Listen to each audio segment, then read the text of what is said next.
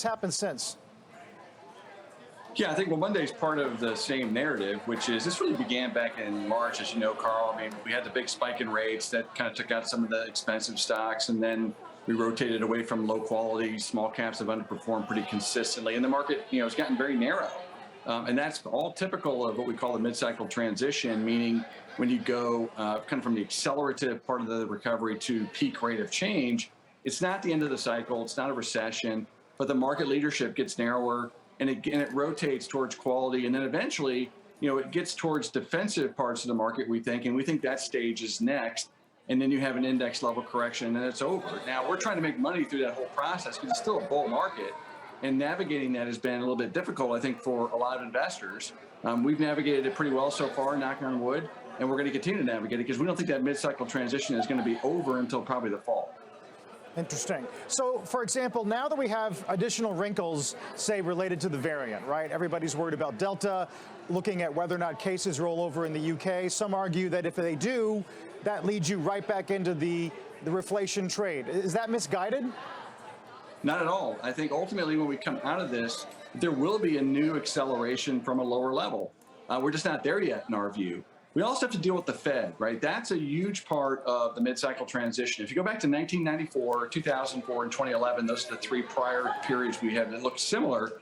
Those were all years in which the Fed was also transitioning from max dovishness to something else. And they're doing the same thing now. So there's a chance that we actually see an acceleration again after the market adjusts to whatever the Fed's going to communicate to us next month or maybe in the fall. And then once that happens, we think the market will broaden out again. And there could be absolutely participation again from the reflation trade and growth stocks collectively. It won't be just growth or value like we've been seeing, and it won't be so narrow. We can see broader participation again across the market.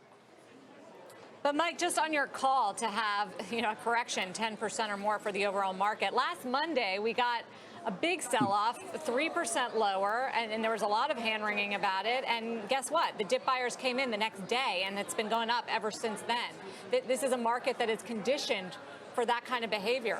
What makes you think that'll change? Well, that's right. That might be all we get, Sarah. I mean, we may only get these sort of, scary two-day moves. That's possible.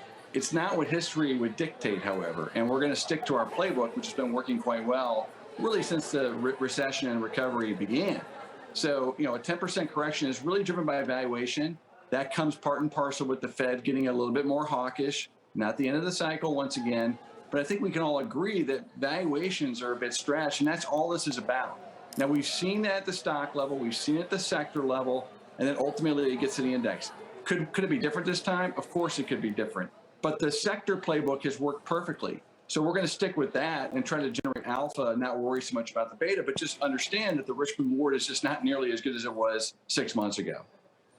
We were sharing with our viewers earlier in the hour your chart about the percentage of buy ratings on the market and the degree to which the prices are being sponsored by the sell side. Do you expect that chart to roll over? Are we going to start to see net directionally the street start to move to neutrals and sells?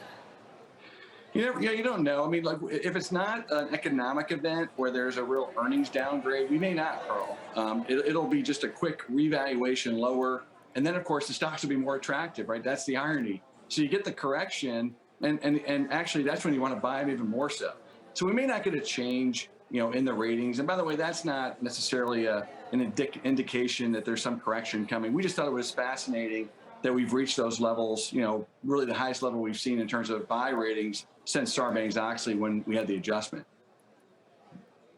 Of some of your interesting sector picks and trade-offs, Mike, healthcare over tech is one that I would think you get a lot of pushback to. It's certainly not consensus and not what has worked, especially with this resurgence of the tech trade lately. Why do you think that makes sense? Yeah, so, I mean, to be clear, we're looking at things on an equal weighted basis. That's important because even the tech sector has been narrow, Sarah. I mean, we've seen the tech sector narrowness really begin back in March too. So healthcare has outperformed tech on an equal weight basis for the last couple of months, marginally.